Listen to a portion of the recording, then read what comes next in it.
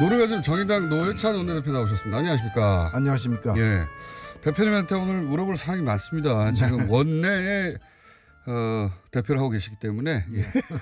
지금 벌어지고 있는 상황을 정확하게 아시는 테니까 우선 여기서부터 시작해 볼게요. 김성태 원내대표에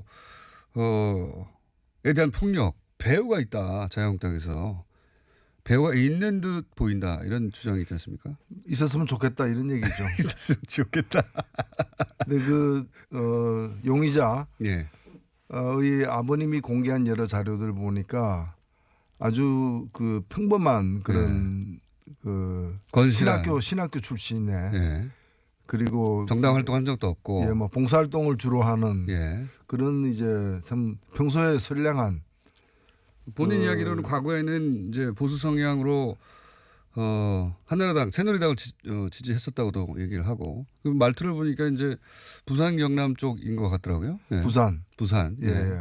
부산이고 일자리 때문에 예. 그 포크레인 자격증을 따가지고 네. 그 일자리 알아보러 저 강원도 갔다가 서울 가는 길이었던 것 같습니다. 어쨌든 여기서 그 아버지가 등장하는 경우는 그게 매우 드문데요. 아버지까지 등장한 걸 보면 배우가 없다고 보는 게 맞는 것 같아요. 예. 그렇죠. 그리고 경찰이 그 추적을 했다가 강원도에서 서울까지 오는 과정에서 누구를 만났는지 동행자가 있었는지 등을 다 이렇게 CCTV 등을 통해서 확인을 이미 했다고 해요.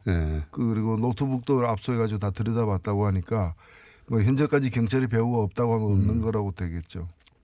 그러면 이제 최근에 자유한국당의 남북 정상회담에 대한 대응 뭐 이것 때문에 화가 났다는 식으로 얘기를 나서 애초에 목표는 홍준표 대표의 그 발언 때문에 화가 나서 홍준표 대표에게 항의하려고 했던. 근데 어딘지 몰라서 마침 국회 본관 앞에 있던 본회의장 앞에 있던 김성태 원내대표가 대신 맞은 셈이 된 거잖아요 지금. 그런 거죠. 예. 거기까지는 대략 이제 정황을 알겠는데. 근데 이날 그 원내대표들, 4당 원내대표, 5당 원내대표죠, 합쳐서. 예. 만나서, 특검 받고 추경, 당신들 받아라. 큰 틀에서는. 그런 얘기가 오갔는데 이게 왜 결렬된 거죠? 어떻게 된 겁니까? 저도 현장에 있었지만은 납득이 안 가는 상황이었습니다. 어떤 얘기가 오가다가 이게 결렬된 거죠?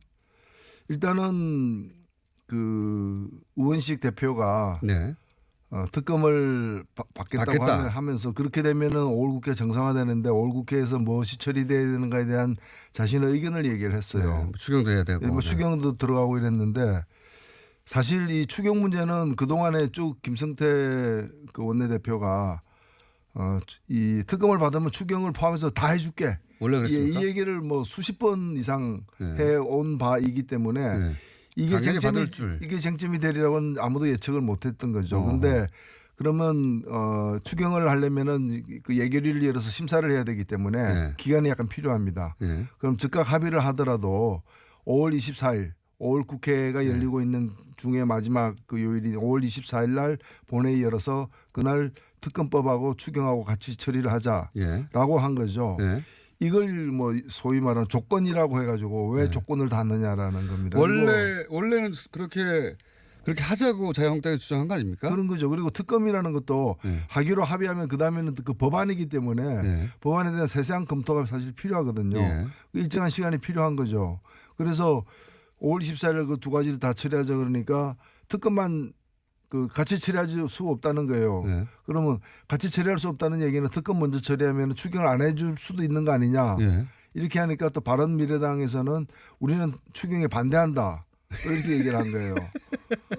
그러면 추경 안 하고 특검만 하자는 얘기인데 그건 있을 수가 없는 얘기죠. 사실은 특검에 대한 고유 입장이 정의당도 고유 입장이 있음에도 불구하고 대타결하는 마당에 주요한 것들은 합의를 봐야 되기 때문에 이제 협상에 임하고 있는 건데 특검만 하고 나머지는 안 하겠다는 식이면 안 되는 거죠. 민주평화당의 입장은 어떻게 됩니까?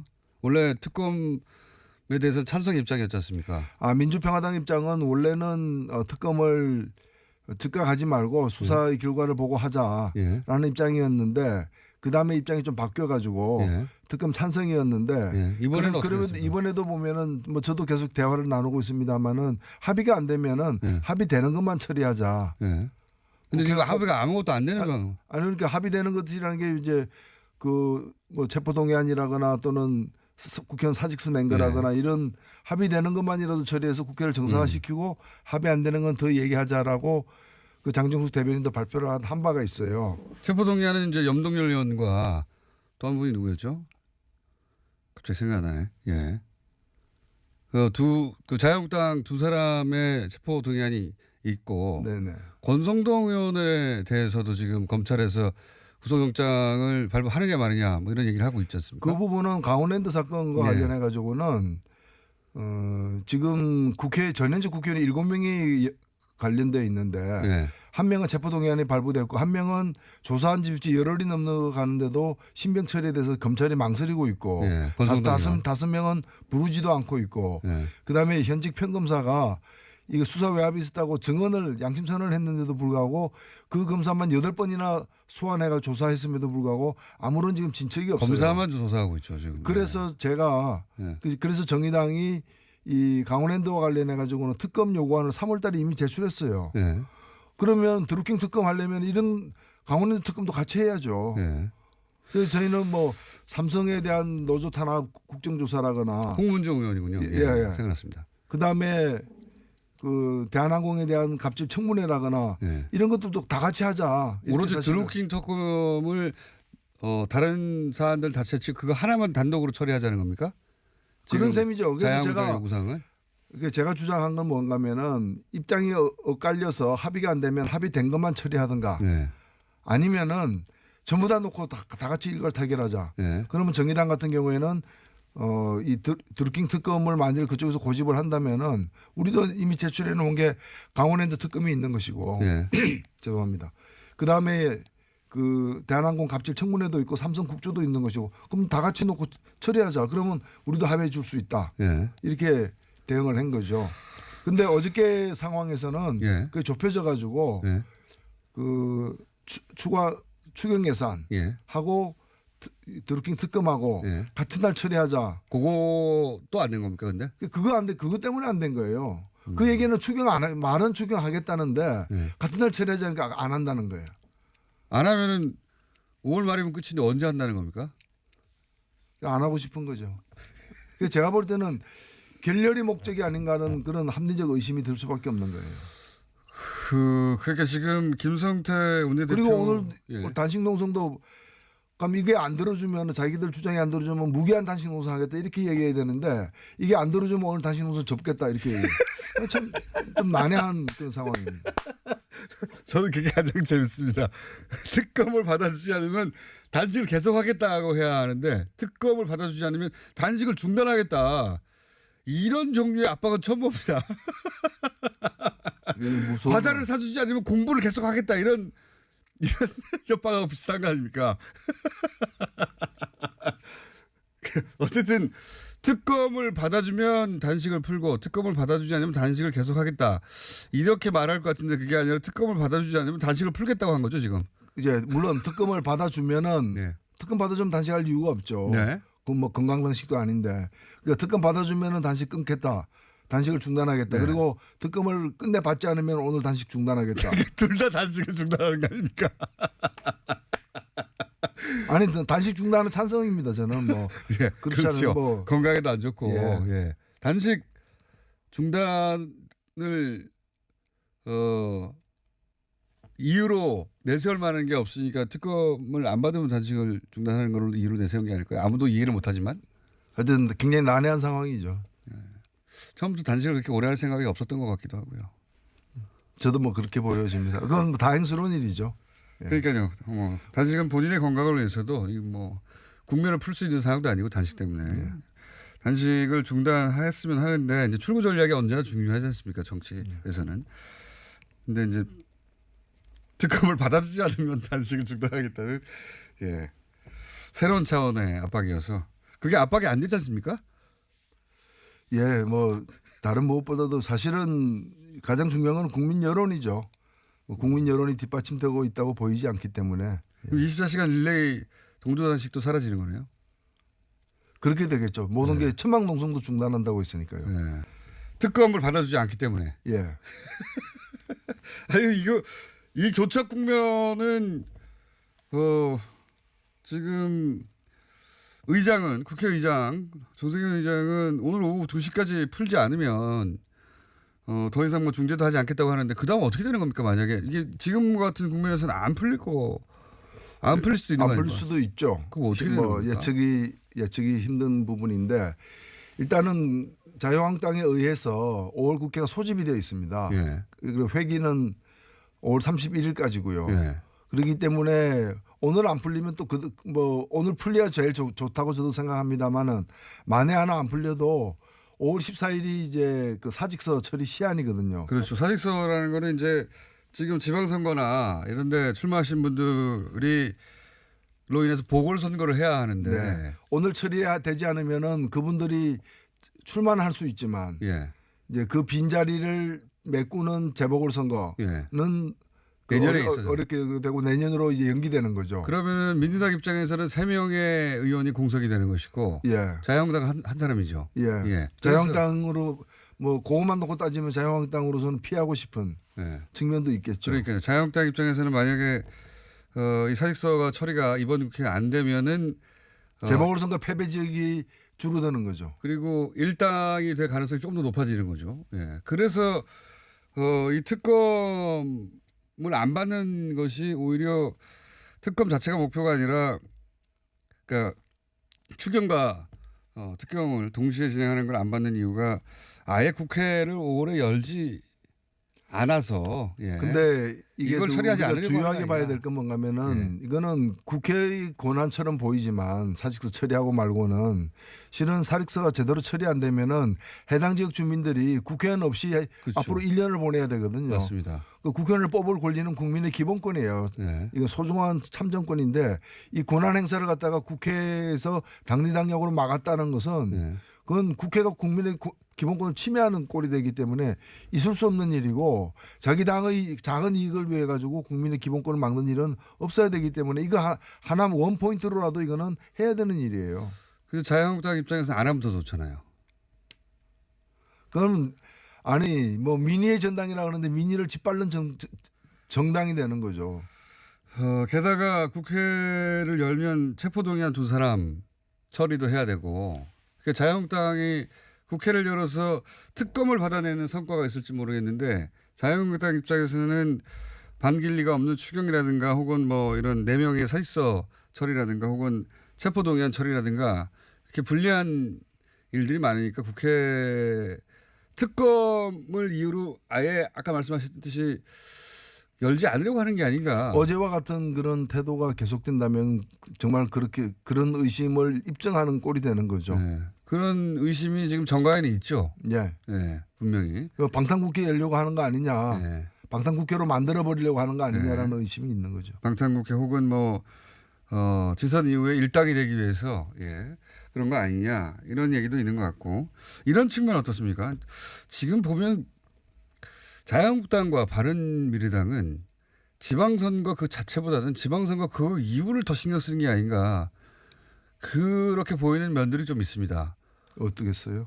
그러니까 지방선거가 아니라 지방선거 이후의 정계 개편이나 그때 보수 재편에서 주도권을 잡기 위해서 그런 걸 더 신경 쓰는 게 아닌가. 그렇지 않다면 지방선거 후보들에 대한 어떤 지원이나 뭐 지방선거 후보를 띄우기 위한 노력을 이렇게까지 안 할 수가 있는가. 제가 볼 때는 옛날에 그런 영화가 있었는데 오래된 명화인데 우리에게 내일은 없다. 그 지방선거 이후를 생각 안 하는 것 같은데요. 지방선거 이후를 지방선거 이렇게 가면 지방선거 때 국민으로부터 그야말로 냉혹한 평가를 받을 가능성이 높지 않아요. 그게 지방선거용으로 지금 그 자유한국당이 열심히 노력하고 있는 거는 드루킹 특검 하나밖에 없지 않습니까? 근데 드루킹 특검 하나로 김경수 의원에게 영향을 미칠 수 있을지는 모르겠으나 그것도 지금 불확실한데 나머지 지역은 영향을 미치기 어렵지 않습니까? 그거 하나를 가지고. 나머지 지역은 영향을 크게 미치지 못하고 경남 그러니까요. 지역에서는 김경수 후보를 굉장히 도와주고 있는 거죠. 그거 시골 구석구석까지 이제 그 후보에 대한 인지도를 높여주고 있는 것 같은데요. 그런 면도 분명히 있긴 합니다. 물론 그 마이너스 효과도 뭐 아예 없지는 않겠지만 제 말은 마이너스 효과가 많다 하더라도 그건 경기도 경남도지사의 선거에 국한되고 전국적인 영향을 미치지 못하는 게 지금 거의 분명한 상황인데도 불구하고 여기에 계속 매달리는 건 그거 자체가 목적이 아니다. 이렇게 계산할 수밖에 없지 않느냐. 정치적 셈법 굉장히 빠른 분들인데. 그 노리는 바는 그런 방향으로 있었다고 보여지는데 애초에는. 그게 그렇게 실현이 안 되고 있다는 걸 이제 확인하고 좀 방향을 바꿔야 될 게 아닌가 네. 저는 그렇게 보여집니다. 그러니까 안 바꾸는 이유가 그래서 지금 얘기한 소위 말해서 이제 그 지방선거에서 보궐선거가 국회의원 보궐선거가 이루어지지 않도록 한다. 예를 들면은 지금 판문점 선언에 대한 그런 이제 악담 같은 것들도 그게 자기들 지지층을 결속시킬 수 있으리라고 기대하면서 한 것으로 보여지는데 애초에는. 결과적으로 보면 지지층마저도 떠나게 만들었죠. 떠나게 만들고 있지 않습니까? 지금 경남에서는 김경수 후보 제1의 서포터즈는 홍준표 대표예요. 그런 역할을 하고 있는 거예요. 그러니까 어찌 보면은 가장 큰 피해자는 김태호 후보예요. 그 김태호 후보를 네. 이런 방식으로 이렇게 곤란하게 공경에 차도록 만들 줄이 어떻게 알았겠습니까? 애초에는 지방선거에 도움이 되라고 한 거긴 한데 그런 효과가 없으면 전략을 바꾸거나 아니면 그걸 접어야 되는데 계속하는 이유가 이제 다른 목적 다목적이었는데 다른 목적이 여전히 남아있기 때문에 그 다목적 중에 다른 목적은 뭐 일당이 되기 위해서 사표 처리를 하지 않는다 또는 뭐 체포동의안으로 인해서 자유한국당 의원 2명이 검찰에 이제 불려가게 생겼으니까 그것도 막는다. 뭐 이런 것들이 더 크게 작용하고 있는 게 아닐까 이런 의심이 이게 있는 거죠 국회에서도. 네. 예. 그게 이제 오늘 2시에도 똑같은 방식으로 결렬이 되면 그런 의심이 좀 더 강해지겠죠. 예, 오늘 10시 반에 2시까지 시한부는 뭐 임의로 정한 거고 그 2시에 본회의 열자는 뜻인데 원래는. 네. 그 10시 반에 이제 국회의장실에서 한번 마지막으로 보기로 돼 있습니다. 근데 그 국회의장이 2시를 시한으로 정한 이유는 정확하게 모르겠지만 2시 이후에는 본인이 어떻게 하겠다. 이런. 그건 뭐 좀 촉구하는 의미였죠. 그래요? 2시 이후에 국회의장이 할 수 있는 건 없습니까? 국회의장이 할 수 있는 건 있죠. 제가 그래서 계속 요구를 했는데 국회법에 따라서 의장이 예. 의사일정을 선포하고 예, 그런 진행을 하는 있죠. 겁니다. 예, 그런 권한이 있습니다.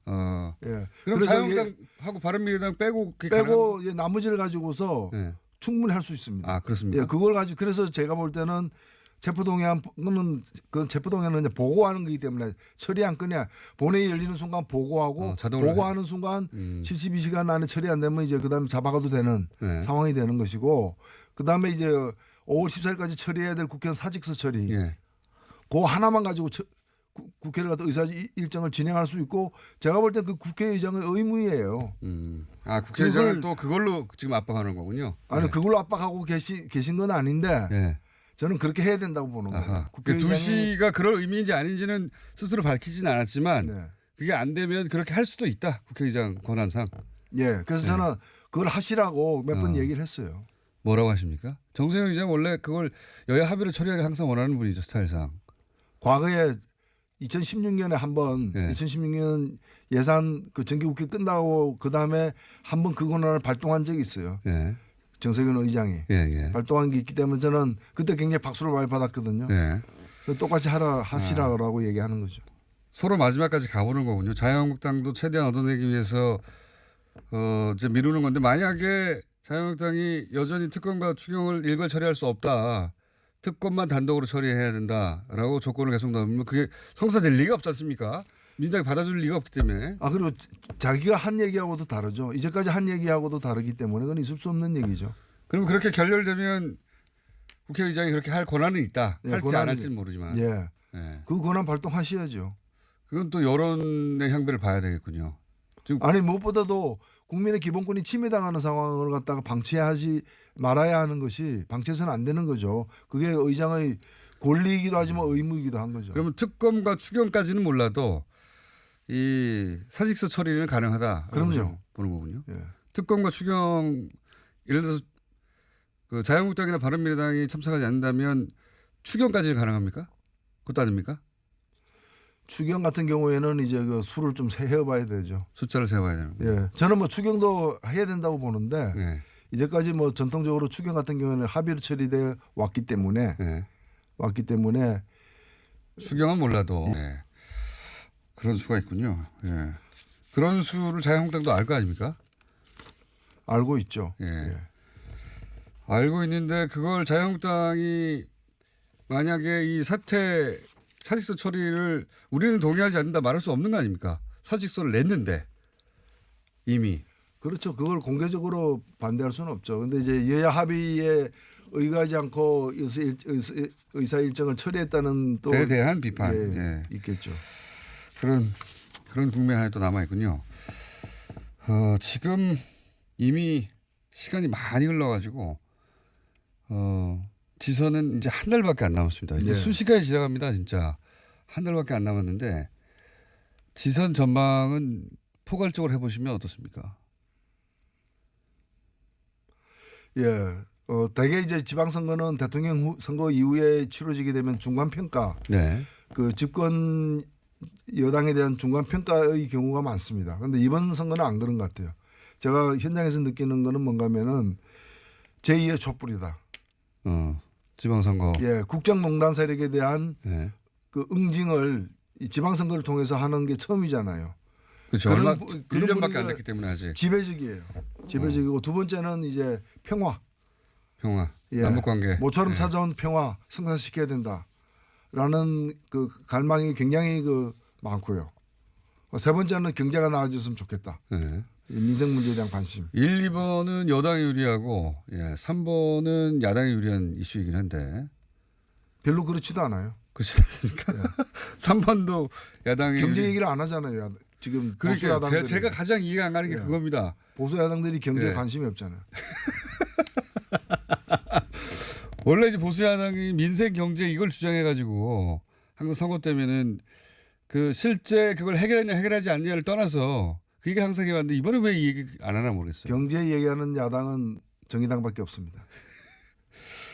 정의당의 이번 지선의 목표는 어떻게 됩니까?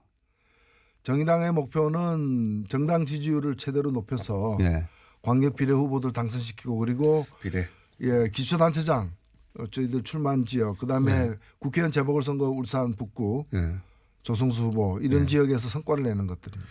그러니까 국회의원은 최소한 한 사람 이상의 당선. 네. 예. 그리고 정당 득표를 최대로 올린다. 네. 예. 그래서 왜냐하면 저희들은 뭐 이번 선거에 광역 후보도 9명을 출마시키고 있습니다만은 예. 그 정당 지지율 높이는 것을 최우선 목표로 해서 제1야당 지위를 예. 지금 자유한국당인데 예. 정의당이- 지방의회에 있어서는 제일 야당이 되겠다. 예. 지방의회에 있어서는 그때 그럼 비례 당선율을 높이기 위해서 정의당의 지지율을 높여야 되는데 최근에 상승세는 나쁘지 않습니다. 최근에 예. 남북관계 개선이 정의당에도 도움이 되는 것 같습니다. 지금. 그렇습니다. 예. 자유한국당이나 이제 그 바른미래당이 지금 하락하고 있기 때문에 보수야당 쪽. 서울시장은 어떻게 보십니까? 서울시장 방금 2부에서 저희가 손학규 전 대표, 손학규 지금 바른미래당 선대위원장과 얘기를 나눠서 제가 여쭤보는 건데 안철수 후보가 1위가 가능하다라고. 예. 앞에서요, 뒤에서요. 당선된다. 앞에서 1위. 예, 앞으로 예. 가능하다고 전망하고 선대위원장이니까 당연히 그렇게 생각하셔야 되겠고 실제 제가 방송 끝나고도 물어보니까 진심으로 1위가 가능하다고 생각하고 계시더라고요. 예. 어떻게 전망하십니까? 뭐 최근 여론조사하고는 좀 다른 분석인 것 같은데 예. 많은 시민들이 출마한지도 모르고 있는 것 같은데. 출마한 줄은 알죠. 아, 그렇습니까? 출마한 줄은 아는데 그래서 사실은 그 2위가 되느냐 3위가 되느냐는 큰 차이가 있으니까요. 그게 관전 포인트겠네요. 2위, 3위. 지금 현재 기준으로는 그렇습니다. 네. 물론 뭐 한 달 사이에 어떤 극적인 상황 변화가 있을 수도 있지 않습니까? 어떤 상황 변화가 있을 수 있을까요? 별로 없을 것 같은데요. 그걸 만들어내는 게 또 정당의 역량이고 하니까 네. 예. 그쪽에서는 만들 수 있는 그 플랜을 가지고 있나 봅니다. 정의당 후보가 예. 그 지금 뒤늦게 저희들은 경선을 통해서 가장 늦게 선출이 되었기 때문에 그 안 후보 김문수 후보의 그 2, 3위 쟁탈전에 정의당 후보가 뛰어들어서 좀 판세를 바꿔놓는 그게 저희들 목표입니다. 알겠습니다. 정의당 목표는 잘 들었고요. 마지막 질문인데 정계 개편이 일어나긴 하겠죠. 지방선거 이후에 큰 틀에. 일어나야죠. 큰 틀의 정계 개편. 대략 어떤 그림으로 전개될 거라고 보십니까? 큰 틀에서는. 일단은 그 크게 봐서는 일단은 대통령이 2명이나 구속된 상태에서 그 사태에 공동 책임이 있는 구보수 세력들이 지금 이제 잔존 보수 세력으로 이제 두 당으로 이렇게 편제돼서 남아 있는데 여기가 이제 더 이상 유지될 어떤 동력과 명분 이런 걸 다 상실했기 때문에 보수 세력의 재편 뭐 시간은 저는 많이 걸리라고 봅니다만은 대대적인 좀 재편이 시작되지 않겠는가 이렇게. 거기서 촉발되면 이쪽 그 여당 사이드에서도 예를 들면 민주평화당과의 뭐 합당이나 연대나 이런 식의 정계 개편도 동시에 일어나지 않을까요? 민주평화당과 어디? 예, 민주평화당과 민주당과의. 예, 그 부분은 제가 뭐 짐작하기 힘든 부분인데 뭐 원래 연쇄 효과라는 게 있지 않습니까? 정계에서. 네, 그래서 뭐 그게 소위 여권에서도 범 여권에서도 그런 일이 일어날 수도 있겠죠. 손학규 대표는 민주당 내에서도 탈당해가지고 그 제3 세력이라고 할 중도 보수 세력에 합류할 것이다 이런 얘기도 하던데요. 글쎄요. 그런 일이 글쎄요. 저는 뭐 그런 얘기를 들은 바도 없고 또 제 상상력으로는 미치지 못하는 범위. 알겠습니다. 지방선거 이후에 큰 정계 개편이 있을 거라는 전망은 여기도 계신 분들 다들 하는 것 같습니다. 지금 소위 말하는 정계라는 게 이제 국회의 역학 구조를 얘기하는 것인데 지금 국회가 2016년 4월에 만들어진 국회지 않습니까? 맞습니다. 탄핵 국면 이전에 만들어진 거죠. 그렇죠. 지금의 민심하고 전혀 다른 민심이었을 당시에 만들어졌기 때문에 현재의 민심 그리고 앞으로 지속될 민심하고 현재 국회 구성이 너무 안 맞는 거예요. 그래서 국회 해산 얘기가 나오는 것도 그런 거예요. 국회가 민심과 너무 동떨어져 있기 때문에 그렇다고 해서 민심을 바꿀 수는 없잖아요. 국회를 바꿔야지. 그게 가능하지 않지 않습니까? 총선 2년이나 남았고. 그 답답한 마음을 표현하는 거겠죠. 그렇습니다. 알겠습니다. 그래서 더더욱이 정계 개편이 있을 수밖에 없을 것 같다는 전망이 여의도에서 지금 팽배한 상황입니다. 여기까지 오늘은 하겠습니다. 정의당 노회찬 원내대표였습니다. 감사합니다. 네, 감사합니다. 김어준 멋있네. 생긴 건 별론데. 말도 안 되는 지적을 하시네요. 실물이 훨씬 낫다. 주장하는 바이고요. 뉴스 공장이 재밌다는 소문을 듣고 왔는데 역시 예리하네요. 발음이 꼬이지만. 오늘 왜 이랬습니까? 문자들이 다. 그냥 칭찬만 하고 말지. 자, 그 외에 개그 프로그램이 요즘 왜 재미가 없는지 정치를 보면 알 수 있다. 이런 문자 있습니다. 그 외에 많은 문자 있는데 오늘 여기까지만 하겠습니다. 김어준 웅장하다.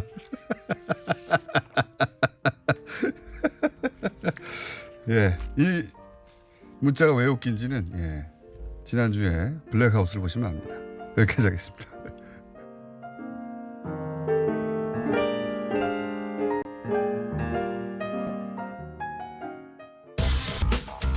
원종우 씨 나오셨습니다. 안녕하십니까? 네, 안녕하세요. 저희가 지난주부터 계속해서 북한의 IT 짚어보고 있어요. 오늘도 북한 IT? 저한테 12분 정도의 시간이 주어진 게 굉장히 놀랍습니다. 오늘. 이게 말이죠. 거의 한 6개월에 한 번 있을까 말까 하는 기회예요. 1년에 한두 번 있는 기회이기 때문에 잘해보시기 바랍니다. 지난 시간에 제가 그 룡흥 아이패드 그 마지막에 이게 어린이용인지 아닌지 뭐 이상하다 얘기를 드렸었는데 그래서 이 아이는 아이들 그 아이가 아니겠는가. 그럴 듯했으나 그건 아니었고요. 보니까 알아보니까 일반인용 이제 어른용 타블렛인데 다 있습니까? 북한에선 타블렛 PC를 판형 컴퓨터라고 부릅니다. 판형 컴퓨터. 판으로 돼 있습니다. 네네. 맞는 얘기죠, 뭐. 맞는 말입니다. 맞는 말. 판 맞죠? 맞죠. 다시 판때기라고 안 한 게 다행입니다. 예. 요게 보니까 최신 제품이 아니고 2013년에 이미 나왔더라고요. 예. 그러니까 5년 전에 나온 옛날 용흥입니다. 용흥. 아, 용입니까? 네. 용흥 아이패드. 발음이 좀 어렵죠. 예. 근데 이게 문제는 아이패드의 뭐냐면 아이는 뭐였습니까 결국 그래서? 원래 아이패드 모르죠. 그냥 따라한 것 같아요. 별 생각 없이. 굳이 이걸 따라할 이유가 없는데 말이죠. 그걸 이제 좀 있으면 제가 좀 바탕이 되는 논리적인 근거를 말씀드릴 수가 있는데 어쨌든 이 용흥 아이패드의 문제는 태블릿 PC가 이따 자체적으로 개발한. 예. 근데 무선 통신 기능이 전무해요. 와이파이나 없고, 블루투스가 없다. 블루투스도 없고 뭐 전화 데이터 통신도 안 되고. 일부러 그렇게 만든 것 같은데요. 그렇죠. 예. 그 기능 와이파이 기능이야 뭐 어렵습니까? 예. 소정만 할 수 있죠. 예. 그래서 이렇게 되면 이 기계가 외부하고 통신이 전혀 안 되는 기계잖아요. 그렇죠. 물리적으로 꽂아야 된다는 얘기죠 항상. 예. 그러니까 30년 전 컴퓨터 같은 거죠. 예. 인터넷하고 아무것도 하고 연결이 안 되니까. 이건 기술적인 문제라기보다는 북한이 가지고 있는 뭐랄까 보안 그렇죠. 예, 관점에서. 예, 뭐 초기에는 특히 그랬을 것이고 예. 30여 개의 앱만이 이제 깔려 있는 걸 쓸 수 있는데 앱도 그래서 다운로드가 아니라 직접 오프라인에 가서 구매해야 된다면서요. 예, 이때는 뭐 그것도 아니고 그냥 깔려 있는 것만 쓸 수 있었던 것 같아요. 애초에. 확장성도 거의 없고. 아하. 근데 그 상당수가 주체사상 교육용이라고 합니다. 그러니까 얼마나 재미없었을까요, 이 컴퓨터가. 초반엔 정말 재미없었겠네요. 그러다가 예. 이제 2014년 되면서 드디어 와이파이 기능이 내장된 울림이라는 제품이 나오게 됩니다. 아, 와이파이가 드디어 나왔군요. 이제. 네. 그리고 앱도 뭐 언어, 과학, 기술, 사전, 게임 등등 다양해지고 또한 이 와이파이 기능으로 북한이 개발한 게임이 있다는 거 저도 봤어요. 예, 뭐 고무줄 쏘기 이런 것도 있고 이것저것 지난번에 말씀드린 화장하는 프로그램이라든가 그런 것들도 있는데 요때 이제 드디어 광명 인트라넷하고 무선으로 연결해서 쓸 수 있게 되죠. 당연히 인터넷은 안 되지만 그리고 말씀하신 그 아이패드 이런 부분들은 2015년에 북한에서 푸른 하늘이라는 올인원 컴퓨터가 나와요. 올인원 모니터 안에 이제 뭐 다 들어 있고 본체가 없는 일체형 PC. 일체형이라고 하죠. 요게 성능 아이맥 같은 아이맥 같은 건 딱 그런 건데 성능은 몰라도 외관은 정말 애플의 아이맥을 빼다 박았습니다. 사진 갖고 계실 텐데 그 중간에 있는 그 물건이죠. 원래 일체형은 다 똑같이 생겼어요. 모니터가 달라 있는 거잖아요. 받침대를 보시면 사실 우리나라 컴퓨터들도 아이맥을 많이 흉내내는 경우가 많은데 받침대가 거의 비슷하네요. 그죠, 거의 똑같고 이런 거를 보실 수가 있는데 요거는 제가 보기에는 김정은 위원장이 맥매니아더라고요. 그렇습니다. 그 영향을 받은 게 아닐까 싶어요. 예. 네. 그리고 북한의 운영 체제인 이제 붉은 별.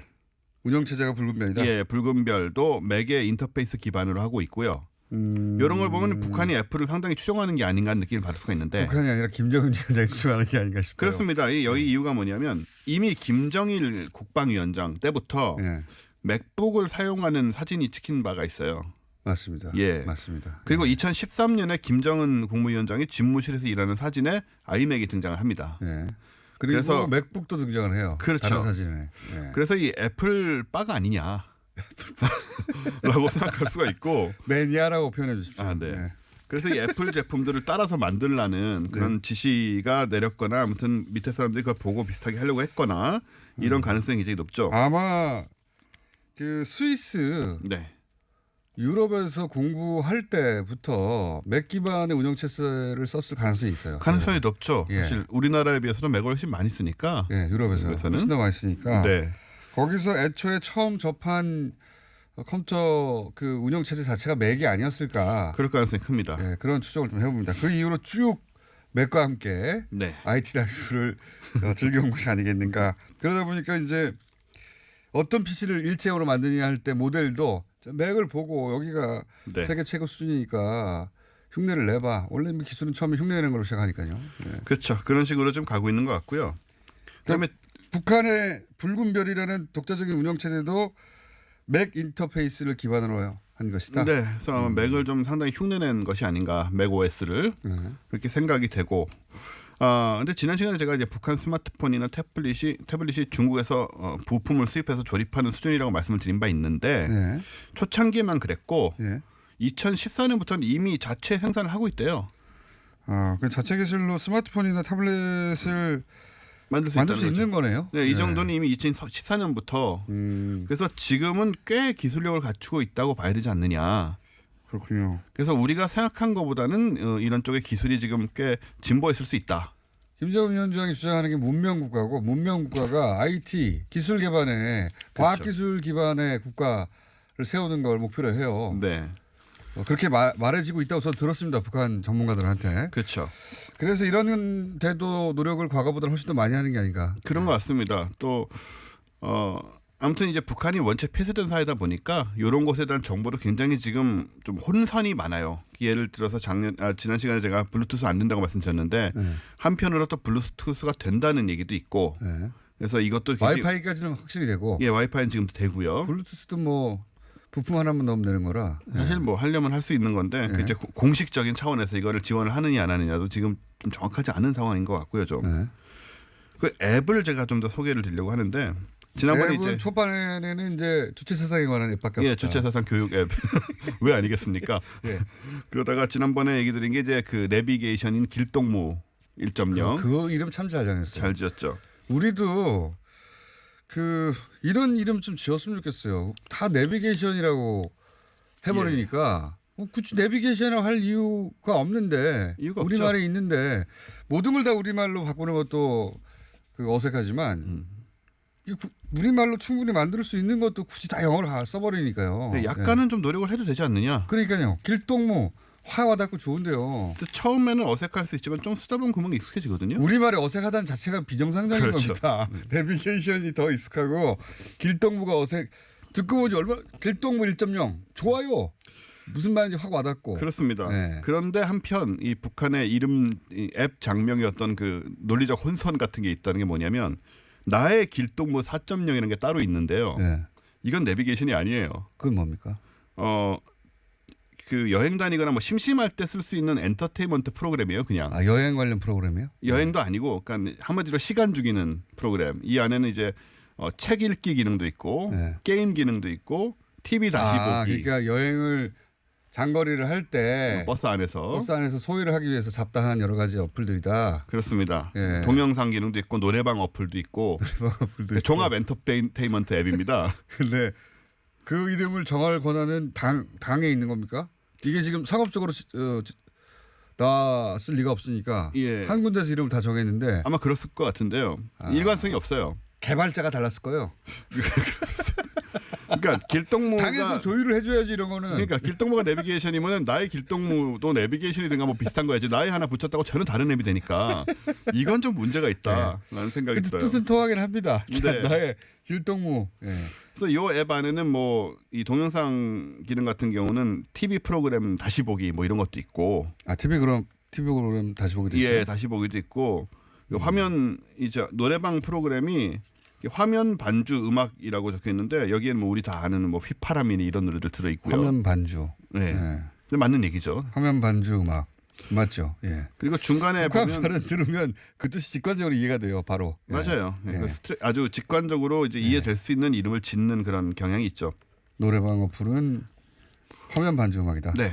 그 다음에 게임 앱 중에 이 말하는 곱슬이라는 게임이 있는데 곱슬곱슬한 동물이 나와서 말을 하나 보죠?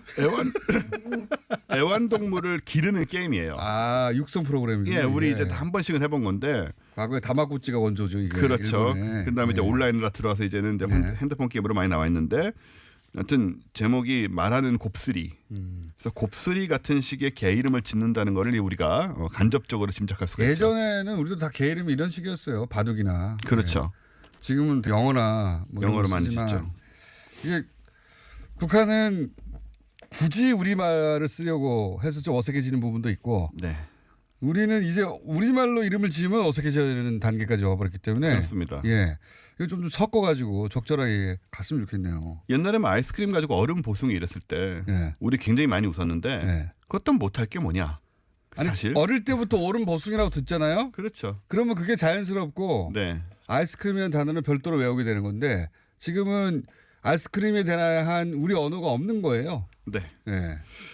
그런 거 그냥 뭐 어떤 습관이기 때문에 사실 어쨌든 북한은 이거 아주 철저하게 하고 있어서 철저하게 말하는 곱슬이 딱 들어보면 게임이 어떤 건 직관적으로 곱슬이가 말을 하겠죠. 말하고 막 귀엽게 왔다 갔다 하다 밥 주면 좋아하고 그러겠죠 뭐. 육성 시뮬레이션 프로그램. 네. 근데 제가 ICT 얘기를 계속 드리고 있지만 사실은 이 끝나기 직전에 이 ICT보다 좀 중요한 얘기를 하나 드리고 마치려고 해요. 이 ICT 환경은 어쨌든 뭐 좀 인터넷이 자유로운 활용이 전제가 돼야 되기 때문에 앞으로 좀 발전할 거라고 보고요. 더 중요한 건 혹시 통일의학이라고 들어보셨나요?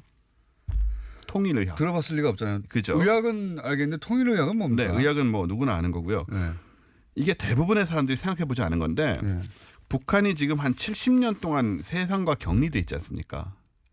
비교적 완전히 격리는 아니죠. 꽤나 비교적. 격리돼 있지 않습니까? 그래서 질병의 유형이 전 세계 어디하고 다릅니다. 고립됐어요. 중국과의 교류가 있긴 하지만 국경 지역에 꽤나 고립돼 있기 때문에 그래서 고립된 지역이 워낙 많다. 그렇죠. 그러니까 이 내부에서 질병이 뭐 생기고 사라지고 하는 게 외부 세상하고 다릅니다. 그래서 북한에서는 우리나라에서 한 30년쯤 전에 유행했던 세균성 질환이 여전히 많이 남아 있고 남한에는 바이러스성 질환이 지금 많은 상태고요. 남한은 항생제가 안 듣는 경우가 많죠 이제는. 예, 뭐 그 항생제가 많이 이제 배포가 된 다음에 또 없어지고 해가지고 예를 들어서 노무현 정부 말기에 북한에 아리랑 축제 다니는 사람들이 꽤 있는데 그 다음에 결핵 환자가 급증을 했어요. 남한에서. 예. 북한에서도 아마 우리가 옮긴 질병으로 고생한 북한 환자 신종 환자들이 늘어났을 거예요. 바로 그겁니다. 서로 면역이 안 돼 있는 질병들이 많은 겁니다. 그래서 남쪽에서 이미 없어진 질병이 뭐 갑자기 나타나면 남한 사람들 면역이 없고 또 북한은 이제 의료진도 그걸 연구해야 한다. 예, 요걸 연구하는 게 굉장히 중요한 과제다. 이제 개방을 하려면 그게 통일의학입니다. 그 얘기는 다음 주 더 이어서 해야 될 거 아니에요? 네네. 원종우 씨였습니다. 감사합니다. 감사합니다. 안녕.